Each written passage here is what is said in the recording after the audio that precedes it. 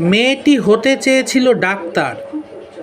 কঠোর অধ্যবসায়, পরিশ্রম এবং মেধাকে সঙ্গী করে সে হলো ডাক্তার। একদিন মেয়েটি জেনে ফেলেছিল স্বাস্থ্য ব্যবস্থার আড়ালে চলতে থাকা নারকীয় পৈশাচিক কার্যকলাপ।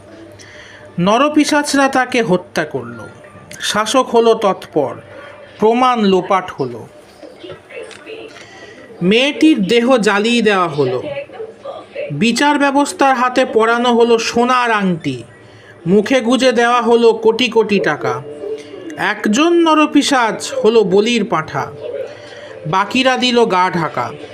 নাগরিক সমাজ পুঁত দুলিয়ে নাচে গানে জানালো অর্থহীন হাস্যকর ব্যর্থ প্রতিবাদ। কিছুদিন পর তারাও গেল ভুলে, শুধু ভুলল না মেয়েটির বাবা মা, তারা বেঁচে রইল মেয়েটির স্মৃতি আঁকড়ে।